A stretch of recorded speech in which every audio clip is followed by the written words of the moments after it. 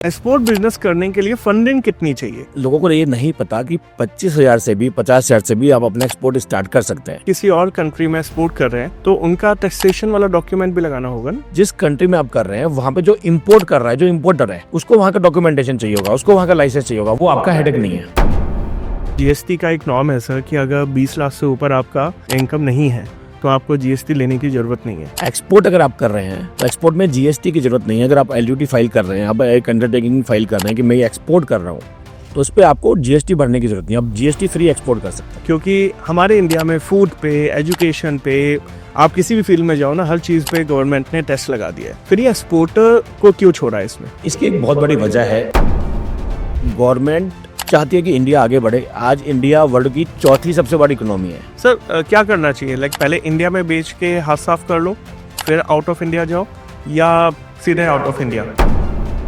दोनों तरह से काम हो सकता है, दोनों में कोई फर्क नहीं है। मुझे अनिल अंबानी जी का ध्यान आता है। उनका भी नाम अभी ऐसे ही मनी लॉन्ड्रिंग और फिकी में लिया गया था कि पैसों का हेरफेर। सर क्या ये बड़े घर के लोग ऐसी शेल कंपनियां बना के पैसों का हेरफेर करते हैं? होता तो है। ये लोग कुछ ना कुछ एक्टिविटी ऐसी करते हैं, कुछ ना कुछ फंड इधर से उधर करने की चीजें होती हैं। लेकिन सर ये देखा गया है कि बहुत सारा माल अभी भी कस्टम में पड़ा रहता है और वो क्लियर ही नहीं होता है। तो क्या ये सारे लोग मूर्ख हैं कि इन्हें पता है सामान क्लियर नहीं है, हम पेपर पूरे नहीं कर रहे, और ये फिर भी सामान मंगवा लेते हैं और इतना नुकसान करवाते हैं? यही तो फर्क होता है यूट्यूब की नॉलेज में और रियल नॉलेज में। हाय एवरीवन, मेरा नाम है प्रियांक और आप देख रहे हैं ओके प्रेनिक। गाइस, आज हमारे साथ जो गेस्ट है वो इंपोर्ट एक्सपोर्ट फील्ड के एक नामी ग्रामी नाम है। इन्हें इंपोर्ट एक्सपोर्ट करते हुए बहुत साल हो गया है और इन्होंने अभी तक 25,000 से ज़्यादा कस्टमर्स की हेल्प करी है एक्सपोर्ट करने में और इंपोर्ट करने में।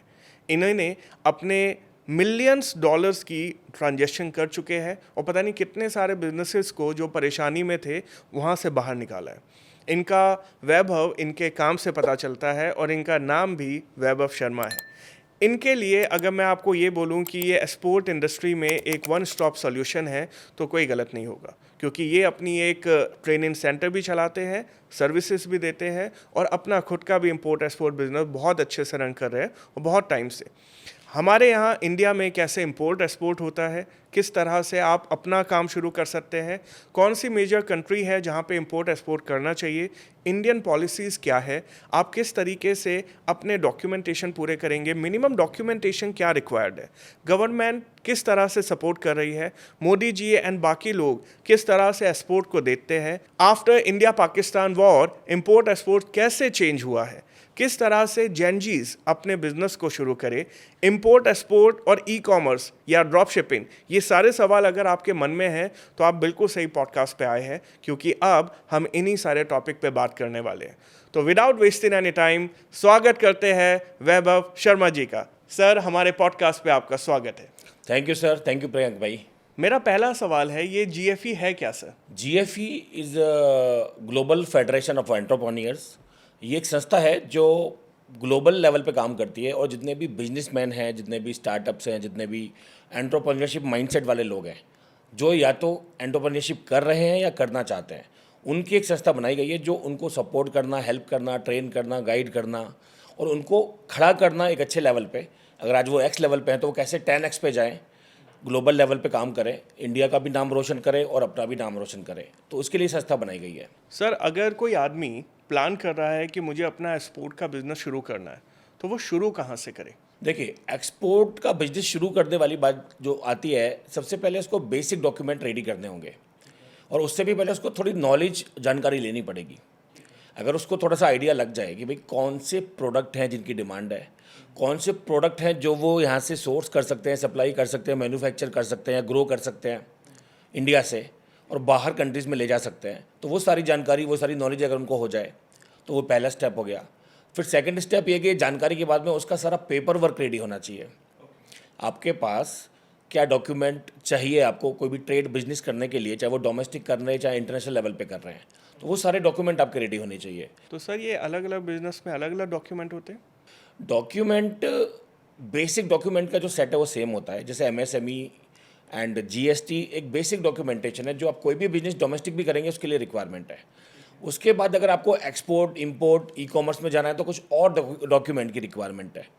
जैसे हमारे इंडिया में तो जीएसटी चलता है जीएसटी एक बेसिक डॉक्यूमेंटेशन है, उसके बिना document तो आप कुछ कर ही नहीं सकते यहाँ पे इंडिया में। इंडिया में। लेकिन जैसे अगर हम किसी और कंट्री में एक्सपोर्ट कर रहे हैं तो उनका टैक्सेशन वाला डॉक्यूमेंट भी लगाना होगा ना। जिस कंट्री में आप कर रहे हैं वहाँ पे जो इंपोर्ट कर रहा है, जो इंपोर्टर है, हाँ। उसको वहाँ का डॉक्यूमेंटेशन चाहिए होगा, उसको वहाँ का लाइसेंस चाहिए होगा, वो आपका हेडेक नहीं है। वो हमारा हेडेक नहीं यस। है। ओके, तो हमें केवल इंडिया के डॉक्यूमेंट पूरे करने हाँ, आप इंडिया में बैठे हो, इंडिया से काम कर रहे हो, तो आपका इंडिया का कंप्लाइंस पूरा रेडी होना चाहिए, इंडिया के डॉक्यूमेंट सारे रेडी होने चाहिए। और सर इंडिया की जो कंप्लाइंस है ये कौन पूरा करता है? जैसे हमारे इंडिया में ना ये भी एक मिथ है कि पेपर वर्क कौन करेगा, लीगल लॉयर करेगा या सीए करेगा या अकाउंटेंट करेगा, कौन है सही आदमी? देखिए, ये आपने सही बोला, बहुत सारे सीए ऐसे हैं जो सारे डॉक्यूमेंटेशन करते हैं, बहुत सारे लॉयर भी हैं जो ये सब डॉक्यूमेंटेशन करवाते हैं, बहुत सारे कंसल्टेंट भी हैं जो ये सारे डॉक्यूमेंटेशन करवाते हैं, और बहुत सारे कंपनीज भी हैं, ऑर्गेनाइजेशन भी हैं, हमारे जैसे संस्थाएं भी हैं जो लोगों को हेल्प करती हैं डॉक्यूमेंटेशन में। और ये सारा डॉक्यूमेंटेशन आजकल ऑनलाइन हो गया है। जिनको जरा सा भी नॉलेज है, जो थोड़े से भी टैक्स भी हैं, वो कुछ डॉक्यूमेंट तो ऑनलाइन भी निकाल सकते हैं। आईसी कोड ऑनलाइन निकल सकता है, जीएसटी ऑनलाइन निकल सकता है, एमएसएमई ऑनलाइन अप्लाई हो सकता है। तो ये सारी चीज़ें आजकल ऑनलाइन भी हो सकती है अगर आपको थोड़ा सा भी नॉलेज है। जिनको नहीं है उनको हम कंसल्टेंट हैं बहुत सारे जो उनको हेल्प करते हैं। सर जैसे अभी आपने बताया आईईसी सर्टिफिकेट, ये तो मेरे ख्याल से 500 रुपये का निकल आता है या फ्री भी ये है? गवर्नमेंट ऑफ इंडिया का प्रोसीजर है ऑनलाइन, और 500 रुपये में आपको मिल जाता है। 500 रुपये में मिल जाता है। एमएसएमई लेना भी ज़रूरी है क्या नए आदमी को? एमएसएमई कंपलसरी है। एमएसएमई के बिना आपको कोई भी जो बेनिफिट है, गवर्नमेंट के जो बेनिफिट मिलते हैं एक्सपोर्ट्स वगैरह पे, वो आपको नहीं मिलेंगे। और बहुत सारी स्कीम्स है जहाँ पे एमएसएमई कंपलसरी है, उसके बिना आप अप्लाई ही नहीं कर सकते। तो एमएसएमई एक कंपलसरी डॉक्यूमेंट है लाइक। और जैसे जीएसटी का एक नॉर्म है सर कि अगर 20 लाख से ऊपर आपका इनकम नहीं है तो आपको जीएसटी लेने की ज़रूरत नहीं है, तो क्या इसमें भी अप्लाई है? एक्सपोर्ट अगर आप कर रहे हैं तो एक्सपोर्ट में जीएसटी की जरूरत नहीं है। अगर आप एलयूटी फाइल कर रहे हैं, आप एक अंडरटेकिंग फाइल कर रहे हैं कि मैं ये एक्सपोर्ट कर रहा हूँ, अच्छा। तो उस पर आपको जीएसटी भरने की जरूरत नहीं है। आप जीएसटी फ्री एक्सपोर्ट कर सकते हैं, अच्छा, मतलब कोई ऐसा कंपल्शन नहीं है? ऐसा कंपल्शन नहीं है। तो सर अगर हम व्यूवर्स की बात करें तो क्या वो 2-4 डॉक्यूमेंट है जिसके साथ मिनिमम ज़रूरत करके हम काम शुरू कर सकते हैं? मिनिमम डॉक्यूमेंट की अगर बात करें तो देखिए, आईसी कोड कंपलसरी है, उसके लिए आपको जीएसटी होना पड़ेगा। तो जीएसटी, एमएसएमई, आईसी, ये 3 बेसिक डॉक्यूमेंट है जो आपको चाहिए होंगे। इसके बाद एक डॉक्यूमेंट और आपको लगेगा जो इंडस्ट्री में आप काम कर रहे हैं। अगर आप अपीडा में काम कर अगर आप एग्रीकल्चर में काम कर रहे हैं तो आपको अपीडिया चाहिए। अगर आपको जेम्स एंड ज्वेलरी में काम करना है तो जीजेईपीसी चाहिए। अगर आप कंसल्टेंसी सर्विस एक्सपोर्ट कर रहे हैं तो सर्विस एक्सपोर्ट प्रमोशन काउंसिल का सर्टिफिकेट चाहिए। जनरल कोई आइटम है जो ये कैटेगरी में कवर नहीं है तो आप फीओ ले सकते हो। फीओ का जो मेंबरशिप है उसके बेस पे आप एक्सपोर्ट कर सकते हो। ये 3-4 बेसिक डॉक्यूमेंटेशन कंपलसरी है। आप सर ये वाली बात बोल के ना आपने बहुत सारे लोगों के ना दिल पे ऐसे नमक छिड़का है, क्योंकि हमारे इंडिया में फूड पे, एजुकेशन पे, आप किसी भी फील्ड में जाओ ना, हर चीज़ पे गवर्नमेंट ने टैक्स लगा दिया है। फिर ये एक्सपोर्टर को क्यों छोड़ा है इसमें? देखिए, इसकी एक बहुत बड़ी वजह है, गवर्नमेंट चाहती है कि इंडिया आगे बढ़े। आज इंडिया वर्ल्ड की चौथी सबसे बड़ी इकोनॉमी है और इंडिया नंबर 1 पे होनी चाहिए। जो इंडिया की पावर है, जो इंडिया की स्ट्रेंथ है, जो इंडिया का यूथ है, जो इंडिया की पॉपुलेशन है, जो इंडिया के रिसोर्सेज हैं। इंडिया पहले विश्व गुरु हुआ करता था। आज भी इंडिया की वही पावर क्यों नहीं है? आज चौथे नंबर पे भी क्यों है, पहले नंबर पे क्यों नहीं है? क्योंकि हमारा एक्सपोर्ट डाउन है, हमारे पास हमारा रुपीज़ की वैल्यू डाउन है, हमारा फॉरेन करेंसी जो है वो इनफ्लो कम है और आउटफ्लो ज़्यादा है। ट्रेड डेफिसिट है आज की डेट में। तो ट्रेड डेफिसिट की वजह यही है सबसे बड़ी कि इंडिया में गवर्नमेंट एक्सपोर्ट को प्रमोट करना चाहती है। उसके लिए बहुत सारे बेनिफिट दे रही है, बहुत सारी स्कीम निकाल रही हुई है। जीएसटी इस पर नहीं लगाया हुआ है और गवर्नमेंट कहती है कि हमें आपसे जीएसटी नहीं चाहिए, आप इनफ्लो लेके आओ, आप फॉरेक्स इंडिया में लेके आओ, एक्सपोर्ट ज़्यादा से ज़्यादा बढ़ाओ और इम्पोर्ट मत करो ज़्यादा। इम्पोर्ट को गवर्नमेंट डिस्करेज भी करती है। इंपोर्ट पे इसलिए बहुत सारी ड्यूटी भी लगाई है, जीएसटी भी लगता है। तो इंपोर्ट को कोई सहूलियत नहीं है, कोई फ़ायदा नहीं है, लेकिन एक्सपोर्ट को बहुत सारे फ़ायदे गवर्नमेंट ने दिए हुए हैं, इसलिए जीएसटी इस पर नहीं लगाया हुआ है। सर अगला सवाल मेरा आपसे ये है कि एक्सपोर्ट बिजनेस करने के लिए फंडिंग कितनी चाहिए और ये फंडिंग हम कहाँ से रेस कर सकते हैं? देखिए, एक्सपोर्ट करने के लिए अगर आप एक मिनिमम एक शिपमेंट भी स्टार्ट करते हैं कंटेनर से भी, तो 10-15 लाख रुपए का एक शिपमेंट होता है, वहाँ से स्टार्ट होता है नॉर्मली तो। लेकिन ये बात तब होती है जब आप बाई सी एक्सपोर्ट कर रहे हैं, क्योंकि पूरा कंटेनर जाता है 20 फीट का, 40 फीट का। सर ये वही जो मर्चेंट नेवी में ये सारे मर्चेंट एक्सपोर्टर्स जो होते हैं ये बाई शिप ये सारी चीज़ें, बाई शिपमेंट ये सारी चीज़ें भेजते हैं, और बाई सी ये सारा ट्रांजेक्शन होता है, वेसल के थ्रू। वेसल के थ्रू जाता है। लेकिन लोगों को ये नहीं पता कि 25,000 से भी 50,000 से भी आप अपना एक्सपोर्ट स्टार्ट कर सकते हैं। वो कैसे सर? वो कैसे, मैं आपको बताता हूँ कि ई कॉमर्स के थ्रू आप अपने छोटे शिपमेंट भी भेज सकते हैं। ओके। ई कॉमर्स के थ्रू आप 10,000 की, 15,000 की imitation jewellery, toys, handmade item and handicraft, medicine, herbal medicine, ये सारी चीज़ें आप 10-15 हज़ार रुपये के पैकेट, 20-25 हज़ार रुपये के पैकेट बना के बाहर एक्सपोर्ट कर सकते हैं, ई कॉमर्स के थ्रू भेज सकते हैं। और बाई गवर्नमेंट ऑफ इंडिया का जो प्लेटफॉर्म है उसके थ्रू भी ये सब जा सकता है बाहर। और सर मुझे आपसे ना थोड़ा नंबर समझना है कि मान लेते हैं आपने बोला 20-25 हज़ार रुपये का प्रोडक्ट है, इतना तो हमारे इंडिया में भी नॉर्मल ई कॉमर्स पे आदमी ऑर्डर कर लेता है। अगर वही सामान वो आउट ऑफ इंडिया भिजवा रहा है तो ऑन एन एवरेज कितनी कॉस्ट लगती है? आप मुझे कॉस्ट बता दो बस। आप अगर किसी प्राइवेट कंपनी से कर रहे हैं शिपिंग, DHL से कर रहे हैं फॉर एग्जांपल, तो कॉस्ट थोड़ी ज़्यादा आती है, 20% तक की कॉस्ट आती है। जो प्रोडक्ट वैल्यू की जो 20% कॉस्ट है उतनी आती है। मतलब अगर 1000 का बेचा तो 200 रुपये उसमें लग जाएंगे। लेकिन एक आपको मैं एक सीक्रेट बताता हूँ, लोगों को नहीं पता। इंडिया पोस्ट करके एक प्लेटफॉर्म है गवर्नमेंट ऑफ इंडिया का, उसकी जो कॉस्ट है मुश्किल से 5 से 10% कॉस्ट आती है। अच्छा। यानी बाकी सारी कंपनीज के, प्राइवेट कंपनीज से आधी कॉस्ट में आपका इंडिया पोस्ट से, जो गवर्नमेंट ऑफ इंडिया का प्लेटफॉर्म है, आप ई कॉमर्स के थ्रू माल बाहर इंडिया, आउट ऑफ इंडिया भेज सकते हो, और आपका एक्सपोर्ट भी हो गया, आपको कॉस्ट भी कम लगी, आपको प्रॉफिट भी अच्छा मिलेगा, और गवर्नमेंट ऑफ इंडिया का प्लेटफॉर्म है। और उसके अंदर मतलब सेफ भी है डिलीवरी? पूरा सेफ होता है और पूरा ट्रैकिंग होता है उसका ऑनलाइन। अच्छा। यस, और वो गवर्नमेंट के थ्रू है? गवर्नमेंट के थ्रू होता है पूरा। ये नहीं पता था सर हमें। पर एक और चीज़ मुझे पूछनी है, लाइक अगर एक आदमी को नॉर्मली बिजनेस शुरू करना है एक्सपोर्ट का, तो क्या उसे लिंक कांटेक्ट बना के रखने हैं, उसे पहले जान पहचान बनानी है, 4 लोगों से मिलना है, बातें करनी है, या वो ऐसे नॉर्मल भी शुरू कर सकता है? देखिए, अमेज़ोन पे जब आप शॉपिंग करते हैं तो कैसे करते हैं? क्या आप किसी को जानते हैं अमेज़ोन पे? अमेज़ोन पे आप ऑर्डर प्लेस करते हैं, वहाँ से आपको सप्लायर मिल जाते हैं और आपका माल आपके घर पे आ जाता है।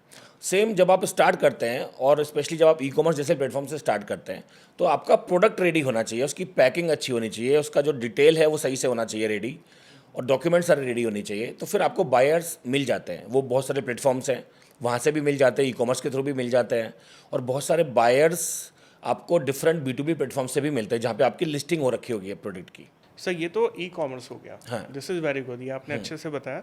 कोई आदमी ई कॉमर्स नहीं करना चाहता, हाँ। वो टैक्स सेवी नहीं है, वो अपना सीधा एक्सपोर्टर ही बनना चाहता है। हमारे यहाँ ऐसे बहुत सारे लोग हैं जिनका पूरा जनरेशन ही एक्सपोर्टर में है और वो कभी भी ई कॉमर्स पे नहीं आए, हालांकि उन्हें आना चाहिए। पर अगर कोई आदमी नॉर्मल एक्सपोर्ट शुरू करना चाहता है तो नेटवर्किंग कहाँ से शुरू करे? मतलब उसे वहाँ पे कस्टमर भी तो देखना पड़ेगा ना सर? बहुत आसान है। उसको सबसे पहले जो आपका प्रोडक्ट है वो सारे B2B प्लेटफॉर्म पे लिस्ट करे, अपनी वेबसाइट बनाए, अपना सोशल मीडिया प्लेटफॉर्म स्ट्रॉन्ग करे। आज के टाइम में बहुत सारा बिजनेस सोशल मीडिया पे होता है, बहुत सारे लोग आते हैं, बहुत सारे फॉरेन बायर्स, उनके आप देखते होंगे बहुत सारे फेसबुक पे ग्रुप बने हुए हैं, कम्युनिटीज़ बनी हुई हैं, टेलीग्राम पे ग्रुप बने हुए हैं, टेलीग्राम पे चैनल्स बने हुए हैं।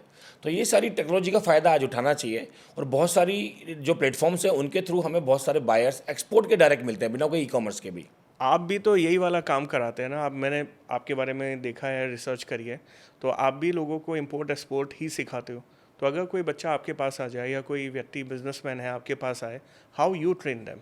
हमने भी एक सिस्टम बनाया हुआ है, क्योंकि हम लोग लोगों को 3 फेज़ में हम लोगों को तैयार करते हैं एक्सपोर्टर बनाने के लिए। फर्स्ट फेज़ में हम उनको ट्रेनिंग देते हैं, उनको सिखाते हैं कि भाई एक्सपोर्ट इंपोर्ट क्या होता है, कैसे होता है, कौन से डॉक्यूमेंट, कौन से प्रोडक्ट, कौन से कंट्री में किस तरह से काम होता है। फेज़ 2 में हम उनके सारे डॉक्यूमेंट, उनका प्रोफाइल रेडी करते हैं। उनके सारे डॉक्यूमेंट रेडी हो जाएंगे, उनका सारा सोशल मीडिया प्रोफाइल रेडी हो जाएगा, उनका B2B पे उनका प्रेजेंस हो जाएगा। तो बायर उनको जब कांटेक्ट करेगा तो उसको दिखेगा कि हाँ, इनका कोई प्रोफाइल है, इनका कुछ अवेलेबिलिटी है सोशल मीडिया पे, तो वहाँ से कनेक्ट बनता है उनका। और ये प्रोफाइलिंग होनी जरूरी ये है? बहुत ज़रूरी है आज के टाइम में, इसके बिना आप आगे नहीं बढ़ सकते। तो ये सेकंड फेज़ हुआ, और थर्ड फेज़ में हम उनको पूरा शिपमेंट का हैंड होल्डिंग करवाते हैं। उनको प्रोडक्ट की लिस्ट देते हैं कि भाई ये सब प्रोडक्ट एक्सपोर्ट हो रहे हैं, आप इसमें से क्या करना चाहते हो, या आपके पास कोई प्रोडक्ट है तो वो लेके आओ, हम उसके लिए बायर निकाल के, डेटा निकाल के देते हैं आपको। तो उनको पूरा हेल्प करते हैं उनको शिपमेंट तक ले जाने में। ये 3 फेज़ का हमारा एक प्रोसेस है, जो बहुत अभी तक उसने हज़ारों लोगों को सक्सेसफुल बनाया है, और करोड़ों लाखों डॉलर का, अभी तक लाखों मिलियन डॉलर का हमने एक्सपोर्ट उसमें किया है। Very good, very good.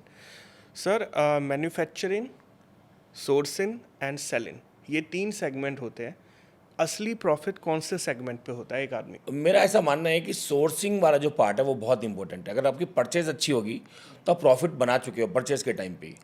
लोगों को गलतफहमी क्या होती है कि हम जब एक्सपोर्ट कर देंगे तो वहाँ पे जितना माल अच्छे प्राइस पे बिकेगा तो वो हमारे लिए प्रॉफिटेबल होगा, ऐसा नहीं है। जब आप माल कहीं पे भेज रहे होते हैं तो वो फिक्स कॉस्ट होती है। यहाँ की मंडी में भी अगर सेल हो रहा है तो वो मार्केट फिक्स होता है।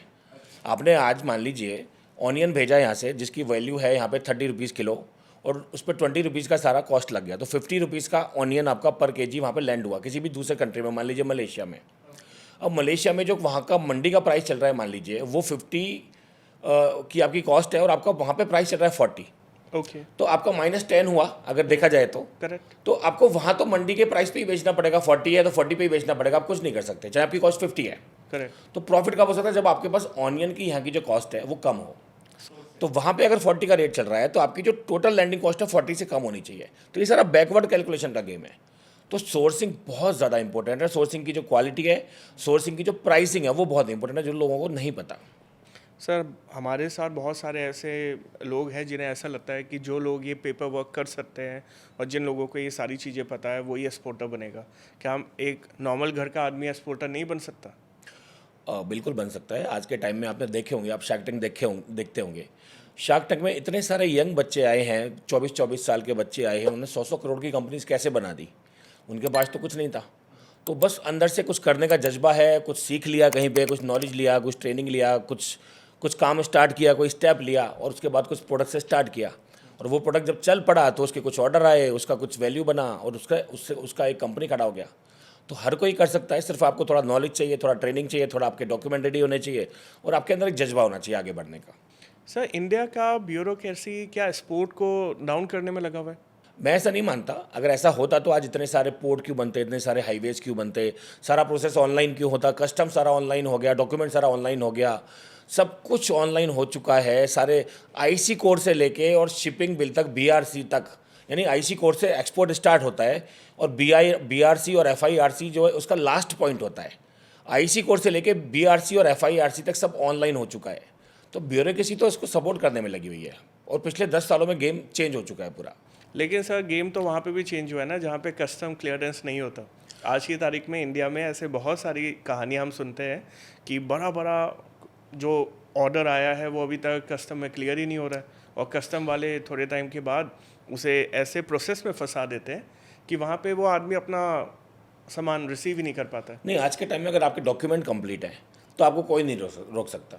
क्या आप ईमानदारी से कह सकते हैं मैं कि 10 साल से हूँ इस धंधे में, 10 साल से मैं एक्टिवली ट्रेड कर भी रहा हूँ। हमारी कंपनी बहुत सारा खुद ट्रेड करती है और बहुत सारे क्लाइंट का ट्रेड हैंडल करती है। हमने बहुत बड़ी बड़ी कंपनीज के लिए काम किया है। हमने वागन बकरी टी के लिए काम किया है, सम्राट नमकीन के लिए काम किया है, हिंदवेयर के लिए काम किया है। हम बहुत बड़े बड़े ब्रांड के साथ काम कर चुके हैं एज ए कंसल्टेंट। तो हमने कभी नहीं देखा किसी का माल आज तक रोका हो। लेकिन सर, ये देखा गया है कि बहुत सारा माल अभी भी कस्टम में पड़ा रहता है और वो क्लियर ही नहीं होता है। तो क्या ये सारे लोग मूर्ख है कि इन्हें पता है सामान क्लियर नहीं है, हम पेपर पूरे नहीं कर रहे और ये फिर भी सामान मंगवा लेते हैं और इतना नुकसान करवाते हैं? यही तो फ़र्क होता है यूट्यूब की नॉलेज में और रियल नॉलेज में। जब आप यूट्यूब देख के और यूट्यूब से समझ के कुछ भी आप करते हो और प्रॉपर डॉक्यूमेंटेशन नहीं होता, प्रॉपर नॉलेज नहीं होती, तो वहाँ पे ये गलतियाँ होती हैं और वहाँ पे ये चीज़ें फंसती हैं। ओके, तो यूट्यूब पे सर सारी चीज़ें नहीं है?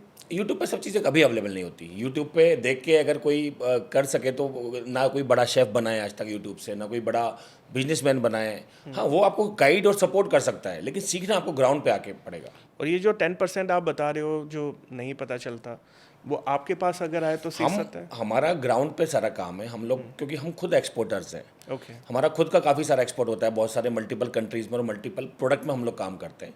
तो वही प्रोसेस में हम लोगों को इन्वॉल्व करके प्रैक्टिकली सिखा देते हैं। हम कैसे माने सर? आप हमारे कभी शिपमेंट में आइए। हमारे जो आज भी हमारी मुंबई में एक विजिट थी, आज टुडे ओनली, तो पूरा वहाँ पे 60 लोग, 60 पीपल फ्रॉम अक्रॉस इंडिया वहाँ पे पहुँचे आज मुंबई में। तो वो वहाँ पे हमने उनको एपीएमसी मार्केट, वाशी मार्केट में दिखाया कि कैसे एक्सपोर्ट हो रहा है, पैकिंग हो रहा है, लोडिंग हो रहा है, माल प्रोसेस हो रहा है। ये सारा हमने उनको प्रैक्टिकली दिखाया। तो प्रैक्टिकल लोग वहाँ पे आते हैं, देखते हैं और उसमें मानते भी हैं। ओके, ओके सर, ये वन डिस्ट्रिक्ट वन प्रोडक्ट का क्या स्कीम है? ये क्या है गवर्नमेंट की तरफ से? थोड़ा इस पे आप बताइए प्लीज़। गवर्नमेंट ने एक बड़ी एक अच्छी एक इनिशिएटिव लिया। गवर्नमेंट ने क्या किया कि जो प्रोडक्ट फेमस हैं उस एरिया के नाम से, उनको फिक्स कर दिया और उसके एक स्कीम निकाल दिया, वन प्रोडक्ट वन डिस्ट्रिक्ट। तो जैसे भागलपुर का, बिहार का जो मखाना है वो एक डिस्ट्रिक्ट से अटैच कर दिया, तो भागलपुर का जो मखाना पूरे वर्ल्ड में फेमस हो गया। भुज की जो साड़ी है, पटोला साड़ी, वो पूरे वर्ल्ड में फेमस हो गई। सूरत का डायमंड पूरे वर्ल्ड में फेमस हो गया। कश्मीर का पश्मीना पूरे वर्ल्ड में फेमस हो गया। मुरादाबाद के बर्तन, पीतल के बर्तन, कांसे के बर्तन, वो पूरे वर्ल्ड में फेमस हो गए। तो ये जो वन डिस्ट्रिक्ट वन प्रोडक्ट का जो इनिशिएटिव है, इसने बहुत बड़ा कमाल किया है और ये उन सारे डिस्ट्रिक्ट को आगे बढ़ा रहा है, वहाँ के लोगों को भी आगे बढ़ा रहा है। पर क्या सर आपको ऐसा नहीं लगता कि गवर्नमेंट केवल ये मुखौटा पहन के काम करती है? क्योंकि जो बड़ा एक्सपोर्टर है ना, उसके लिए तो सारे समाधान है इंडिया में, लेकिन जो छोटा एक्सपोर्टर है ना, वो अभी भी पिस रहा है इसमें। मुझे ऐसा नहीं लगता, क्योंकि गवर्नमेंट जो काम कर रही है, सारी स्कीम जो है उसमें ऐसा कोई कंडीशन नहीं लगाया गया है कि ये जो बेनिफिट है ये बड़े एक्सपोर्टर के लिए है, ये छोटे एक्सपोर्टर के लिए है। इनफैक्ट बड़े एक्सपोर्टर को तो फ़र्क भी नहीं पड़ता स्कीम का, छोटे एक्सपोर्टर को बहुत फ़र्क पड़ता है। अगर छोटे एक्सपोर्टर ने एक शिपमेंट का एक्सपोर्ट किया और उसको 20-25 हज़ार रुपये का कुछ बेनिफिट मिल गया, उसके लिए बहुत बड़ी बात है। वो कोई बड़े बड़े एक्सपोर्टर को फ़र्क भी नहीं पड़ेगा। तो गवर्नमेंट की स्कीम छोटे लोगों को ज़्यादा बेनिफिट दे रही है, छोटे लोगों को ज़्यादा समाधान दे रही है, छोटे लोगों के लिए ज़्यादा सहायता कर रही है, मैं ऐसा मानता हूँ। अच्छा सर, हर आदमी ये सोचता है कि एक्सपोर्ट मतलब बड़ा प्रॉफिट है ना, बहुत ज़्यादा पैसा आएगा, पर क्या आपकी नज़रों में मिलता है उसे इतना पैसा? देखिए, ऐसा तो नहीं कहूँगा कि रातों रात कोई करोड़पति बनाने की स्कीम चलती है एक्सपोर्ट में। मेहनत तो करनी पड़ेगी, लेकिन कंपटीशन कम है। डोमेस्टिक में जितना कंपटीशन है उतना कम है। और एक्सपोर्ट का सबसे बड़ा बेनिफिट मैं आपको बताऊं क्या है। अगर आपने इंडिया में 1 लाख कमाया तो वो 1 लाख है। अगर आपने दुबई में 1 लाख कमाया तो वो 25 लाख है। अगर आपने यूएस में 1 लाख कमाया तो वो 90 लैक्स है। आपने मलेशिया में अगर 1 लाख कमाया तो वो 20 लाख है। तो पैसा आपका मल्टीप्लाई हो जाता है सिर्फ करेंसी के बेनिफिट से। सर बहुत सारे लोगों का हमने ना क्वेश्चन लिया था, उसमें 2-4 एक्सपोर्टर भी थे, उनका ये कहना था कि इंडिया का एक्सपोर्टर ना बाहर वाले एक्सपोर्टर से कॉम्पीट नहीं कर पा रहा है। जो बड़े आदमी हैं, जिन पे पैसा है, दे आर मेकिंग मनी, लेकिन छोटे एक्सपोर्टर कहीं ना सिस्टम में रह जाते हैं पीछे। तो क्या ऐसा है कि इंडिया के एक्सपोर्ट में और बाहर के एक्सपोर्ट में फ़र्क है? यहाँ पे कुछ चीज़ें, आपकी बात सही है कि जो छोटे एक्सपोर्टर्स हैं उनके पास प्रॉपर नॉलेज नहीं होती, नेटवर्क नहीं होता, उनके पास रिसोर्स नहीं होते। अब जैसे कोई बड़ी कंपनी है, उसको अगर एक्सपोर्ट करना है किसी कंट्री में, मान लीजिए उसको वियतनाम में एक्सपोर्ट करना है, तो वो कंपनी कैसे काम करेगी? वियतनाम में एक ऑफिस खोलेगी, वहाँ पे अपनी एक टीम बनाएगी और सीधा उसका एक्सपोर्ट स्टार्ट हो जाएगा और कोई प्रॉब्लम नहीं आएगा उसको। अब ये छोटा एक्सपोर्टर नहीं कर सकता, वो वियतनाम में कंपनी नहीं खोल सकता, बार बार वहाँ पे जा नहीं सकता, वहाँ पे इतना बड़ा इन्वेस्टमेंट नहीं कर सकता। तो उसको वहाँ पे ऐसा कोई सपोर्ट चाहिए जो वियतनाम में उसकी हेल्प कर दे, उसकी दुबई में हेल्प कर दे, उसकी यूएस में हेल्प कर दे, उसकी सिंगापुर में हेल्प कर दे, और उसको पूरा सेटअप ना करना पड़े। तो इस दिशा में हमने कुछ इनिशिएटिव लिए हैं, हमने कुछ जगहों पे अपने सेटअप बनाए हैं और उसका फ्री एक्सेस हमने अपने क्लाइंट्स को देना स्टार्ट किया है और उसका बड़ा पॉजिटिव इंपैक्ट मिल भी रहा है। छोटे लोगों को बड़ी हेल्प मिल रही है उससे। सर जैसे आपने बताया कि हम दूसरी कंट्री में जाके अपना ऑफिस खोलते हैं, तो सबसे बड़ा चैलेंज क्या आता है? कल्चर, पीपल, लॉ, या वहाँ का एनवायरनमेंट? और ये सभी चीज़ें चैलेंज है एक्चुअली। कल्चर का भी है, लॉ का भी है, एनवायरनमेंट का भी है, तो सब चीज़ें समझनी पड़ती है वहाँ पे। जैसे मैं आपको एग्जांपल दूँ, हमने दुबई में ऑफिस करीब 7 साल पहले हमने दुबई में अपना कंपनी और ऑफिस स्टार्ट किया था, लेकिन अभी भी हमें रोज़ वहाँ पे कुछ ना कुछ नया सीखने को मिलता है। तो इतने सारे वहाँ कल्चरल चैलेंजेस आते हैं, रूरल चैलेंजेस आते हैं। अभी कॉर्पोरेट टैक्स आ गया, पहले नहीं था दुबई में। तो कल yesterday only I was sitting with my CA, उनके साथ बैठ के मैं अपनी दुबई की जो फाइल है वो सबमिट कर रहा था, कॉर्पोरेट फाइल। तो रोज़ कुछ ना कुछ चैलेंज तो आता है हर कंट्री में, बट चैलेंज है जभी तो लाइफ है, जभी तो आगे बढ़ने के रास्ते हैं। Right sir. सर मैं तो हर उस छोटे आदमी के बारे में सोचता हूँ जो बेचारा सपने देखता है कि मैं एक बार इंडिया से बाहर निकलूँगा, मेरे नाम के आगे भी एक्सपोर्टर का टैग लगेगा, पर कहीं ना कहीं ऐसा हो जाता है कि वो आदमी प्लानिंग में ही फंसा रह जाता है। तो उस आदमी को प्लानिंग से निकालने के लिए आपकी क्या 3 मेजर टिप्स हैं? देखो, मेरा कहना यही है कि सारी चीज़ें खुद करने की कोशिश मत करो, हर चीज़ के एक्सपर्ट खुद मत बनो। जो चीज़ में आपकी मास्टरी है, अगर आप प्रोडक्ट के एक्सपर्ट हो तो प्रोडक्ट पे काम करो, कुछ अच्छे प्रोडक्ट डेवलप करो, उनकी पैकेजिंग अच्छी करो, उनकी मार्केटिंग अच्छी करो, उस पर दिमाग लगाओ। डॉक्यूमेंटेशन और ये सब चीज़ें आउटसोर्स कर दो। जो भी बना सकता है, जो भी संस्थाएं बना सकती हैं, जो भी कंसल्टेंट बना सकते हैं, उनसे बनवा लो, उसमें मत फंसो। मैंने कई लोग देखे हैं जो 6-6 महीना खाली इसी में बिगाड़ देते हैं कि डॉक्यूमेंट बन रहा है, वेबसाइट बन रही है। नो। सर क्या करना चाहिए? लाइक पहले इंडिया में बेच के हाथ साफ कर लो, फिर आउट ऑफ इंडिया जाओ, या सीधे आउट ऑफ इंडिया? दोनों तरह से काम हो सकता है, दोनों में कोई फ़र्क नहीं है। आप पहले इंडिया में स्टार्ट करके भी बाहर जा सकते हो, और पहले आप बाहर जाके अपना ब्रांड बना के भी इंडिया में कर सकते हो। कस्टमर में तो फ़र्क है ना सर? लेकिन अप्रोच सेम है, डॉक्यूमेंटेशन सेम है, मेहनत सेम है, एनर्जी सेम है। बाहर जब पहले स्टार्ट करते हो तो करेंसी का बेनिफिट मिलता है। अगर आपने बाहर 1 लाख कमा लिया तो वो 20-25 लाख है, अगर आप किसी बड़े कंट्री में कर रहे हो। इंडिया में तो 1 लाख ही रहेगा। सर करेंसी कैसे चल रही है? लाइक अभी भी हम यूएसडी में ही डील कर रहे हैं या फ्यूचर में चेंज होने वाला एक्सपोर्ट मोस्टली सारा यूएसडी में डील होता है। इंडिया भी बहुत सारी जगह पे टाइप्स कर रहा है, जहाँ पे इंडिया में भी ट्रेड होने लग गया है। जैसे ईरान से और इंडिया से जो ट्रेड होता है तो हम इंडियन करेंसी में कर सकते हैं। ऐसे और भी कंट्रीज़ के साथ इंडिया का टाइप हो रहा है। अभी कल भी इंडिया की और यूके की डील हुई है, तो वहाँ पे भी बहुत सारे अच्छे टाइप्स हुए हैं। उस पर भी हम एक वीडियो बनाने वाले हैं। सर आपने अभी ईरान का नाम लिया, ईरान को एक्सपोर्ट कर रहे हैं हम अभी? ईरान से इंपोर्ट होता है। जितना एप्पल आप खाते हैं, आपने जो ये बड़ा वाला एप्पल खाया होगा, वो एप्पल ईरान से आता है, क्योंकि जो शिमला का एप्पल आता है वो सिर्फ 3 महीने में ख़त्म हो जाता है। क्या बात कर रहे हो सर? यस, ये ईरान से आ रहा है? ईरान का एप्पल है या टर्की का एप्पल है, 2 जगह से एप्पल आता है जो इंडिया में चलता है। और क्या क्या आता है इंडिया में? इंडिया में ईरान से कीवी आता है, पिस्ता जितना आप खाते हो वो ईरान से आता है, जो खजूर है, डेट्स, वो सब ईरान से आता है, और जितने ऑरेंजेस आप खाते हो वो सारा इजिप्ट से आता है। और इसके लिए हमने स्पेशली मुंबई में एक ऑफिस खोला हुआ है जो इंपोर्ट का सारा काम हैंडल करता है। तो इनका भी क्या अलग अलग डिस्ट्रीब्यूशन है कि लाइक खजूर आएगा तो इस वाले पोर्ट पे उतरेगा, या बादाम आएगा तो यहाँ पे उतरेगा, ऐसा कुछ है? मुंबई में जेएनपीटी एक मेजर पोर्ट है और इंडिया का सबसे बड़ा पोर्ट है, जहाँ पे ये सारा माल अनलोड होता है।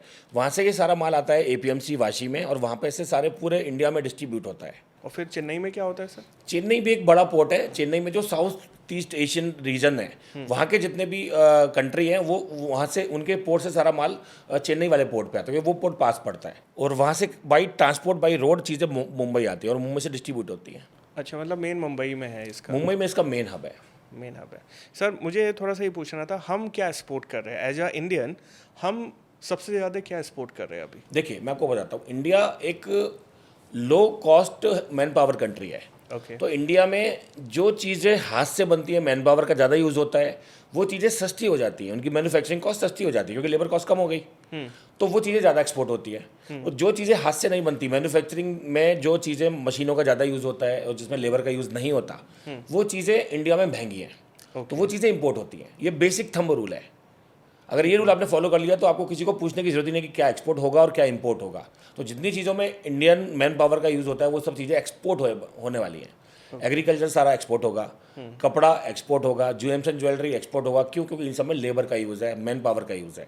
ओके। टॉयज़ हैं, हैंडमेड आइटम्स हैं, वो सब में लेबर का यूज़ है, मैन पावर का यूज़ है, वो सब एक्सपोर्ट होगा। लेकिन लैपटॉप, टैबलेट, एसेसरीज, ये सारी चीज़ें इंपोर्ट होंगी।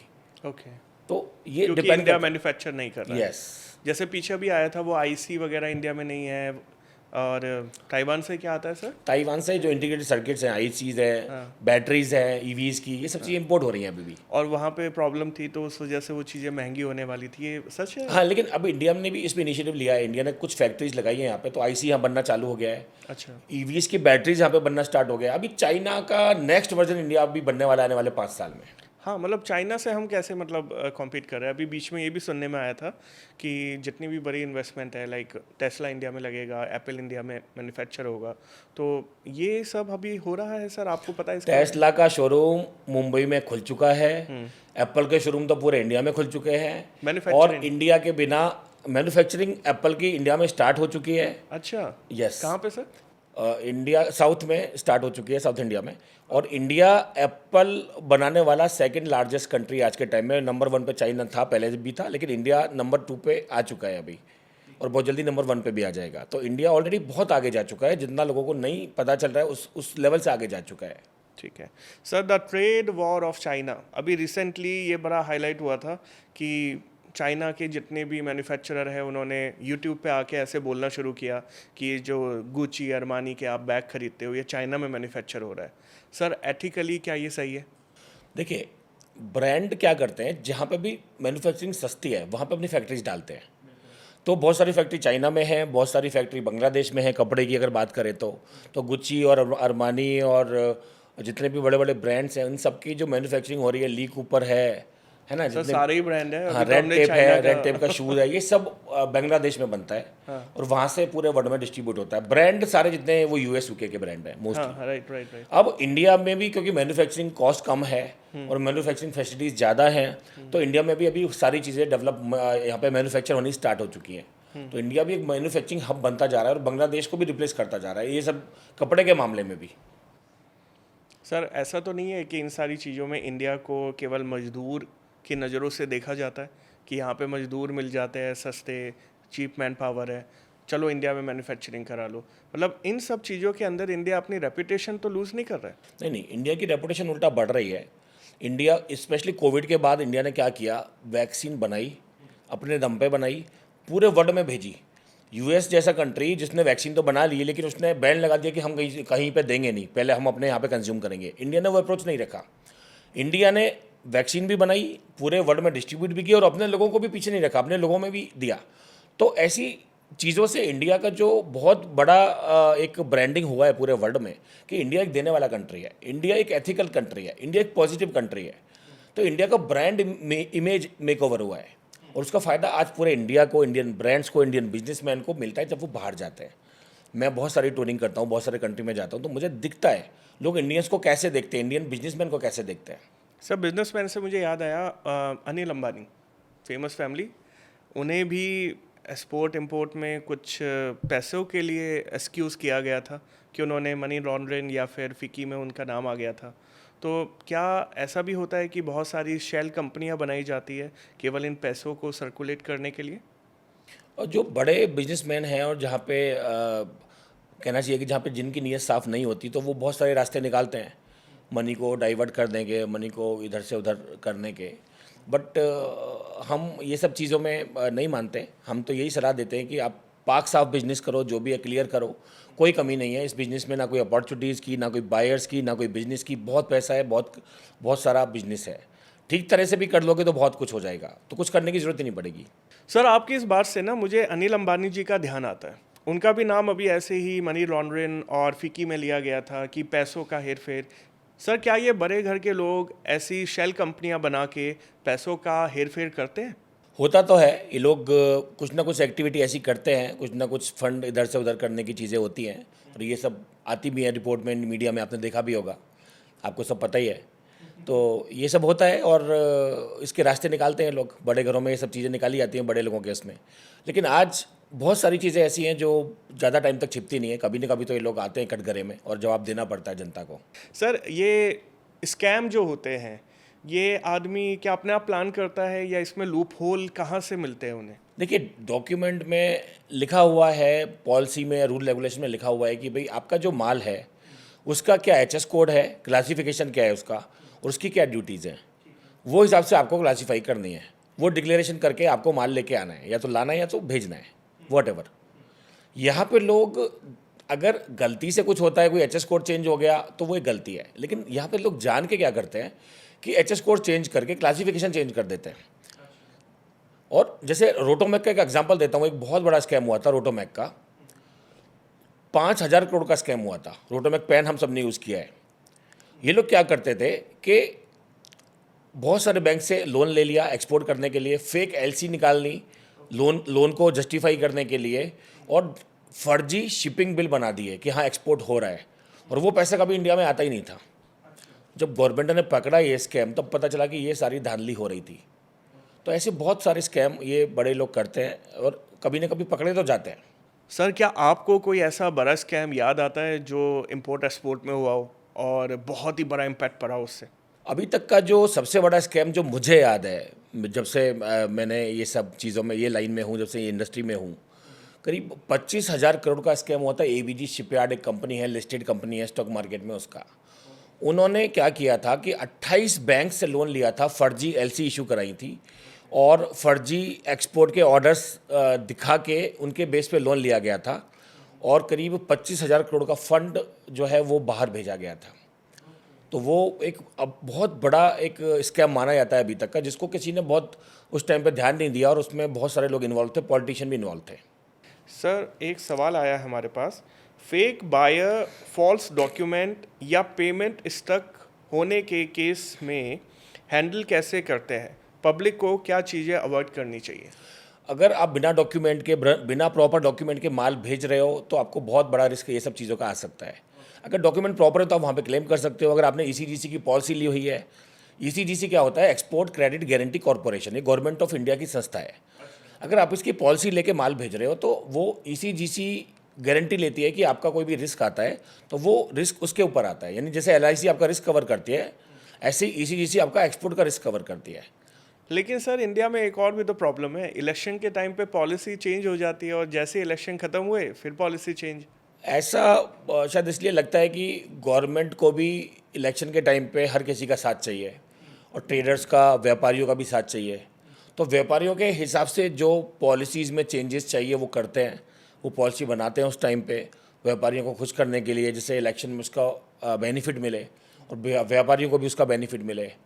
तो वो पॉलिसी इस टाइम पे ज़्यादा चेंज होते हैं, इसलिए हमें ऐसा लगता है। बट ये फैक्ट है, आपने सही कहा। आपका पर्सनल क्या मानना है, मोदी जी इस पे फोकस कर रहे हैं इंपोर्ट एक्सपोर्ट पे पूरा? मोदी गवर्नमेंट का बहुत बड़ा फोकस है। और मैं बताया था लास्ट टाइम भी मैंने किसी पॉडकास्ट में कि पहले इंडिया में एक जगह से पोर्ट तक माल ले जाने का जो एवरेज टाइम लगता था वो 7 डेज था।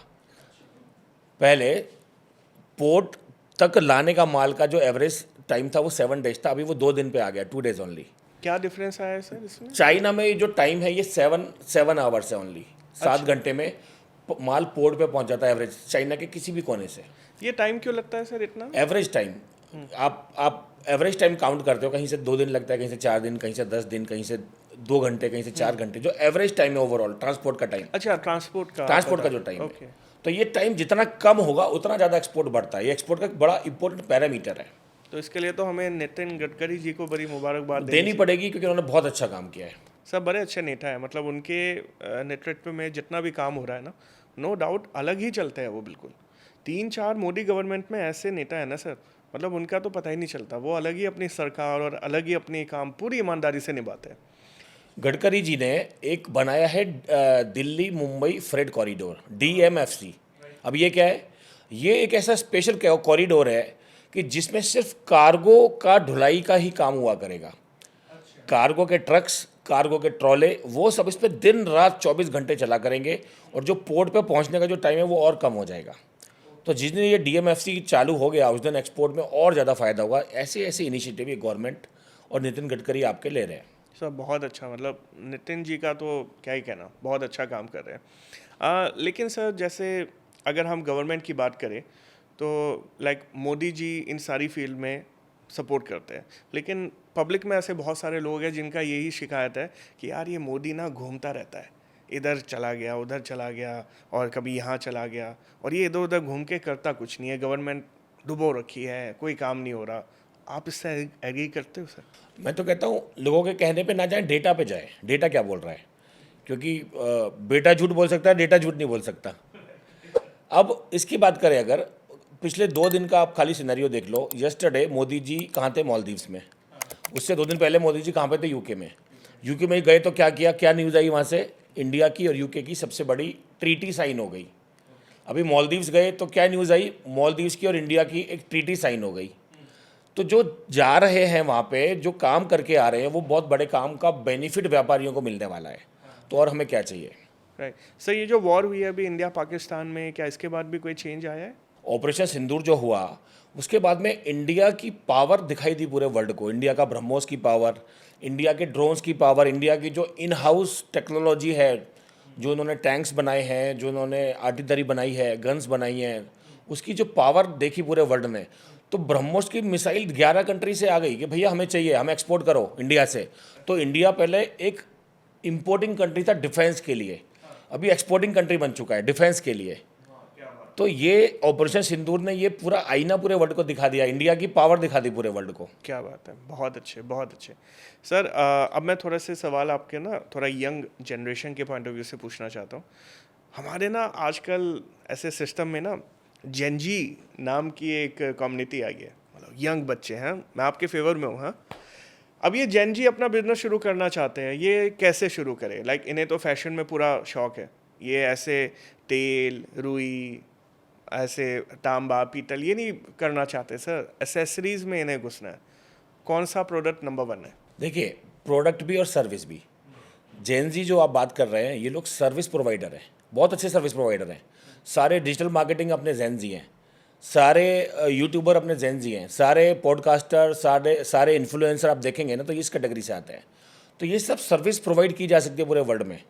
आप इंडिया में बैठ के ये सारी सर्विस, डिजिटल मार्केटिंग की service, IT services and customer support services आप प्रोवाइड कर सकते हैं। तो आप ये बोलना चाह रहे हो कि अगर जेनजीज के लिए स्पेशली कि अगर बिजनेस शुरू करना है, डोंट गो फॉर नहीं, ट्रेडिशनल। मैं ये नहीं कहूँगा कि don't go, service is a big Avenue, वो भी कर सकते हैं। और प्रोडक्ट की अगर बात करें तो आजकल जो चलने वाले प्रोडक्ट हैं जेन जी के लिए, फॉर एग्जांपल उनको फूड प्रोडक्ट, फूड आइटम्स, उनको फूड के cafes, fast moving items, accessories, fashion accessories, fashion clothing, है ना, books, bags, caps, footwear, designing, interior designing, lighting, car decoration, ये सारी चीज़ों में इनका इंटरेस्ट भी है और ये इनके लिए बिजनेस भी है, अपॉर्चुनिटी भी है। सर हमारे जेनजी ना करोल बाग पहुंच जाते हैं ये सामान उठाने के Yes. लिए, तो वहीं जाना है या चाइना जाना है? अभी करोल बाग से स्टार्ट करें और जब स्केल बढ़ जाए तो चाइना तक भी पहुँचे। सर चाइना की ना अलग हवा है इंडिया में, कोई भी काम शुरू करना है चाइना चलो। ये हवा चेंज कब होगी कि हाँ भाई दिल्ली चलो, हाँ भाई मुरादाबाद चलो, यूपी चलो, एमपी चलो, ये हवा कब चेंज होगी? कितनी प्यारी बात कही आपने, और ये हवा चेंज हो रही है। पहले हर चीज़ में चाइना था ही, लेकिन अभी इंडिया सेकंड नंबर पे आ चुका है और अभी धीरे धीरे चाइना को भी पीछे छोड़ने वाला है। बहुत सारी चीज़ें अब बन रही है। अब आप देखते हैं जितने भी टॉयज़ हैं, पहले इंडिया में बाहर से इंपोर्ट होते थे, अभी टॉयज़ का बहुत बड़ा मार्केट इंडिया बन चुका है। लाइटिंग का बहुत बड़ा मार्केट इंडिया बन चुका है। बहुत सारी चीज़ें, डेकोरेशन आइटम इंडिया में बनने लगी। अभी बाहर का इंपोर्ट कम हो गया है। दिवाली पे आप देखोगे हार्डली कोई लाइट आपको चाइना की मिलेगी, सब इंडिया का बन गया है। होली पे हार्डली कोई चीज़ आपको चाइना की दिखेगी, सब इंडिया का हो गया है। तो पतंगे सारी, पहले माजा बाहर से आता था, अभी इंडिया का माजा चल रहा है, चाइना का बैन लग चुका है। तो इंडिया हर चीज़ में प्रिवेल कर रहा है भैया, हर चीज़ में आगे बढ़ रहा है। पर वैभव जी मेहनत कैसे हो? मेहनत करने का मन नहीं है तो बिना मेहनत करे क्या काम कर सकते हैं? क्योंकि ट्रेडिशनल स्पोर्ट में जितनी मेहनत है ना उतनी तो मेहनत नहीं हो पाएगी भैया। उसके बिना हो सकता है स्पोर्ट? देखिए, आप अगर यूट्यूब पे जाके वीडियो बना सकते हैं, पॉडकास्ट कर सकते हैं, डिजिटल मार्केटिंग पे जाके सकते हैं, तो ये डांस यही कर सकते हैं। डांस कर सकते हैं, तो यही तो करना है। अच्छा। आपको अपने ई कॉमर्स प्लेटफॉर्म पे जाके या अपनी एक वेबसाइट बना के उस पर अपनी सर्विस सेल करके अपने अपने आप को रजिस्टर करके फाइबर पे या दूसरे प्लेटफॉर्म्स पे अपनी सर्विस तो सेल करनी है, तो कर सकते हैं, बहुत इजीली कर सकते हैं। मतलब रील में नाचना पड़े तो नाचो, वो बिल्कुल सही रील है। हाँ, लेकिन वो आपको बिजनेस देती है तो सब कुछ जायज़ है। ठीक है, एक और शब्द आ रहा है सर, जैसे अभी अगर हम ई कॉमर्स की बात करें तो पहले ई कॉमर्स चलता था, चाइना में नया शुरू हुआ है लाइव कॉमर्स। अब व्हाट दे डू, वो लाइव आते हैं, उसी लाइव में अपना 1 बाय 1 प्रोडक्ट दिखाएंगे और लाइव उसी में अपना लिंक डाल के वहीं पे बेच देते हैं। तो ये चाइना की अभी नई चीज़ है, इंडिया में भी आने लगी है, अब लाइव होने लगा है सब कुछ। तो ये लाइव कॉमर्स क्या ई कॉमर्स को खा जाएगा? पहली बात तो है कि लाइव कॉमर्स जो है ये चाइना में नहीं है, ये इंडिया में ही स्टार्ट हुआ है। इंडिया में इंस्टाग्राम पे लोग बहुत टाइम से लाइव ई कॉमर्स कर रहे हैं, हमने उसको नोटिस नहीं किया। इंस्टाग्राम पे गर्ल्स आती हैं, वो अपने कपड़े पहन के दिखाती हैं लाइव, और वहीं से वो अपने लिंक डालती हैं, व्हाट्सएप का नंबर डालती हैं, वहीं से व्हाट्सएप पे सेल हो जाता है। तो ये लाइव कॉमर्स तो इंडिया में बहुत समय से चल रहा है, तो इंडिया पीछे नहीं है किसी चीज़ में, और आज इंडिया में ये चीज़ और बढ़ने वाली है आने वाले टाइम में। पर हम बिजी है डांस देखने में। हम बिजी हैं। ठीक है सर, जेनजीज के लिए आपका क्या मैसेज है कि हाउ दे कैन स्टार्ट? मतलब अपने इनके पास ना सर, देखो मैं आपको बताता हूँ प्रॉब्लम क्या है, मैं आपकी प्रॉब्लम रख रहा हूँ। पैसों की कमी है, मेहनत थोड़ा सा कम हो जाए और थोड़ा आसान एंड फास्ट ग्रोइंग बिजनेस मिल जाए, ये एक्सपेक्टेशन है। देखिए, थोड़े से स्टार्ट करो, छोटे छोटे स्टेप्स लो, जो चीज़ें आपको पसंद है उन्हीं चीज़ों को अपना बिजनेस बनाओ। जो जो जो एक्टिविटीज़ आपको पसंद है उनकी सर्विस को अपना बिजनेस बनाओ, उन्हीं में आगे स्केल करो। ऐसा नहीं होना चाहिए कि आपको पसंद है डांस करना लेकिन आप बिजनेस कर रहे हो ज्वेलरी का, आपको पसंद है ज्वेलरी, आप काम कर रहे हो किसी क्लोथिंग का। तो जो चीज़ आपको पसंद है उसी में अपना बिजनेस क्रिएट करो, उसी में अपना स्टार्टअप क्रिएट करो, वो आपको बहुत आगे लेके जाएगी। सर एक और सवाल, जैसे बहुत सारे लोग ना ड्रॉप शिपिंग में जा रहे हैं, तो ड्रॉप शिपिंग और ट्रेडिशनल मार्केटिंग में क्या मेजर डिफरेंस है? ड्रॉप शिपिंग फास्ट तरीका है आगे बढ़ने का। ड्रॉप शिपिंग का मतलब क्या है कि आपने ऑलरेडी सप्लायर को सीधा कनेक्ट कर दिया और उसको बोल दिया कि भाई जैसे ही ऑर्डर आता है सीधा आपको प्लेस करना है, मैं आपसे परचेज करूंगा, प्लेस करूंगा, वो सब मेरे को टाइम वेस्ट नहीं करना। मेरा ऑर्डर आएगा सीधा आपको मैं इंटीग्रेट कर दूंगा यूपीआई से, आप सीधा मेरे ऑर्डर प्लेस करोगे, पेमेंट मैं आपको कर दूंगा। उसका फ़ायदा क्या हो गया कि मुझे बिना माल परचेज किए और बिना स्टॉक मेंटेन किए मैं सेल कर सकता हूँ जो माल मेरे पास नहीं है वो भी। तो जो माल मेरे पास नहीं है लेकिन मेरे सप्लायर के पास पड़ा है, वो मतलब मेरा ही माल है, मैं उसको सेल कर सकता हूँ। सेल हो गया तभी मुझे परचेज करना है। तो इस केस में इंटरेस्टिंगली पहले सेल होती है फिर परचेज होती है। हाँ, राइट राइट। यस। इसमें सर आप गाइड करते हो बच्चों को, लाइक जैसे आपका अकेडमी है, आप बच्चों को पढ़ाते हो, तो उसमें ड्रॉप शिपिंग वगैरह भी होता है? हम लोग ई कॉमर्स का पूरा एक वो देते हैं उनको, पूरा एक प्रोग्राम देते हैं। उसमें हमको पूरा प्रैक्टिकल ट्रेनिंग भी देते हैं, ड्रॉप शिपिंग के बारे में भी बताते हैं, उनका पूरा अकाउंट सेटअप करके देते हैं अमेजॉन फ्लिपकार्ट पे।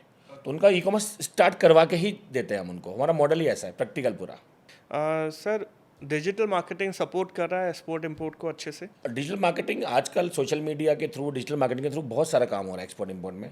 और पहले सैंपल फिजिकल भेजने पड़ते थे, बाई कुरियर जा रहे हैं, लोग लेके जा रहे हैं, ट्रैवल कर रहे हैं। अभी सब कुछ व्हाट्सएप पे जा रहा है, एक वीडियो बना के भेज दिया कि भाई ये आइटम है, देख लो एक बार, पसंद आ रहा है तो उसका हम फिजिकल सैंपल भेज दें, नहीं तो हम आप एक ट्रायल ऑर्डर दे दो। तो बहुत आसान हो गया है, टाइम बच गया है। जो सैंपल पहले एक एक महीने में आते थे, अभी एक दिन में सैंपल फाइनल हो जाता है। यस या नो जो भी है, टाइम तो बच गया। ये जो सर AR VR चल रहा है अभी, ये आ चुका है स्पोर्ट में? वर्चुअल रियलिटी, ऑगमेंटेड रियलिटी, वो प्रोडक्ट टेबल पे आ जाता है ना, तो ऐसा कुछ है उसमें? सर ये जो VR AR चल रहा है, ये आ चुका है स्पोर्ट में? कुछ सेगमेंट में लोग यूज़ करना स्टार्ट किए हैं जहाँ पे प्रोडक्ट उनको एक्सपीरियंस करना होता है कि ये जो पर्टिकुलर आइटम्स है ये कैसा लगेगा, इसमें हम अगर चलेंगे, इस दीवार पे हम चलेंगे, इस मटेरियल पे हम चलेंगे, इस कारपेट पे हम चलेंगे तो हमें कैसा लगेगा। तो वो सब VR के थ्रू लोग प्रमोट करना स्टार्ट किया है। अभी बहुत ज़्यादा नहीं हो रहा है लेकिन ये स्टार्टिंग, ये कुछ नए इनिशिएटिव स्टार्ट हो चुके हैं। तो सर मैं बोलूँगा बहुत अच्छा सोल्यूशन है, आदमी को चाइना नहीं जाना पड़ेगा। हाँ, अब लोगों को ट्रैवल नहीं करना, वहाँ पे जाके एक्सपीरियंस नहीं करना, क्योंकि आप व्हाट्सएप पे फोटो तो भेज सकते हो लेकिन उसको एक्सपीरियंस कैसे कराओगे, तो VR के थ्रू एक्सपीरियंस करा सकते हो। Right right right. सर जैसे AI का ज़माना है, मैं आपसे ये भी पूछना चाहता हूँ, कोई ऐसा AI जो हम एक्सपोर्ट में यूज़ कर रहे हैं? AI के थ्रू एक्सपोर्ट में डेटा का वैलिडेशन होने लग गया है कि जो लोग एक्सपीरियंस्ड एक्सपोर्ट इंपोर्टर्स हैं और फ्रीक्वेंट बाई कर रहे हैं और इंडिया के प्रोडक्ट को लाइक कर रहे हैं, वो डेटा निकाल के दो। तो AI वही डेटा निकाल के देता है जो आपके काम का डेटा है। करोड़ों डेटा में से अगर आपको उन्होंने सॉर्ट आउट करके कुछ 100 लोगों का डेटा निकाल के दे दिया तो वो डेटा आपके बहुत ही हाईली वैल्यूएबल हो गया। आपका उसने बहुत सारा टाइम बचा दिया, बहुत सारा पैसा बचा दिया और आपका काम आसान कर दिया। तो AI का मतलब ये है आपकी कॉस्ट कम हो गई, आपकी एफिशिएंसी बढ़ गई, आपका काम आसान हो गया, आपका टाइम कम हो गया। आप अपने कोर्स के अंदर कुछ AI इंक्लूड करा है सर आपने? हमने AI के टूल्स इंक्लूड किए हैं हमारे प्रोग्राम में। हमको सिखाते हैं कि AI के थ्रू कैसे स्मार्ट तरीके से काम करना है, हार्ड वर्क नहीं करना है, स्मार्ट कैसे करना है। Perfect perfect. और ये अमेजॉन फ्लिपकार्ट तो ये सब है ही उसके, ये सारी चीज़ें हम इंक्लूड करते हैं और इसके अंदर जो AI है वो भी इंक्लूड? वो इसमें अपना पाया जाता है ऑटोमेटिक। Super super. मतलब E-कॉमर्स के अंदर अगर आपके पास आ गए तो एक्सपर्ट बन के निकलेंगे, कह सकते हैं। ठीक है सर। हमारे व्यूवर्स, हमारे बच्चे, हमारे बिजनेसमैन बहुत सारे जुड़े हुए हैं, इन्हें आपका क्या मैसेज है कि एक्सपोर्ट कौन सी डायरेक्शन में जा रहा है और किस तरह से फ्यूचर हमें देखना चाहिए? एक्सपोर्ट वर्ल्ड का सबसे बड़ा बिजनेस है, सबसे बड़ी इंडस्ट्री है। आने वाले टाइम में सबसे बड़ा काम एक्सपोर्ट में होने वाला है। और एक्सपोर्ट और ई-कॉमर्स ये एक ही सिक्के के दो पहलू हैं। एक्सपोर्ट पहले बाई सी होता था, अभी एक्सपोर्ट बाई ई-कॉमर्स भी होने लगा है, तो ई-कॉमर्स का भी ग्रोथ हो रहा है। और ई-कॉमर्स का जो ग्रोथ हुआ है वो एक्सपोर्ट की वजह से ही हुआ है। आपके पास जो भी प्रोडक्ट है, जो भी आपके पास सर्विसेज हैं या नहीं है, तो सिर्फ ट्रेनिंग लेके, सीख के, नॉलेज लेके आगे बढ़िए। प्रोडक्ट बाद में डिसाइड होता रहेगा। पहले प्रोसेस को समझिए, पहले चीज़ों को समझिए और वर्ल्ड में जाने की एक इच्छा आपके अंदर होनी चाहिए। इंडिया से बाहर निकलना है अपने को, पूरा ग्लोबल इंडिया अपने को बनाना है। इंडिया से बाहर निकल के देखना है कि इंडिया को हम कहाँ कहाँ पे ले जा सकते हैं। तो ये हमें मिलके करना है। सर एक और मेरा सवाल है, बेचारा एक्सपोर्टर ना पेमेंट के लिए परेशान रहता है, उसका पेमेंट या तो टूट के आएगा या बहुत डिले आएगा। ऐसे पैसे का सर क्या ही फ़ायदा जो इतनी देर में मिले, उसके लिए क्या समाधान है? देखिए, अगर आपके पास प्रॉपर बायर नहीं है जो आपको प्रॉपर टर्म्स पे काम कर रहा है, तो आपको वहाँ पे इसका एक ही सॉल्यूशन है कि आपके पास एक स्ट्रॉन्ग बायर सामने होना चाहिए। हमने इसका एक समाधान कैसे निकाला, हमने नोट किया कि लोग क्या कर रहे थे कि बायर वहाँ से, इंपोर्टर वहाँ से ऑर्डर उनको देता नहीं था कि भाई मुझे पहले माल दिखाओ कैसा है आपका। और ये माल भेजते नहीं थे इंपोर्टर को, एक्सपोर्टर से यहाँ के, कि भाई पहला पैसा भेजो। वो पैसा भेजता नहीं है क्योंकि उसको डर लगता कि माल नहीं भेजेंगे। और ये माल एक्सपोर्ट नहीं करते थे कि उनको लगता था कि ये पैसा नहीं आएगा। तो ये डेडलॉक बना हुआ था।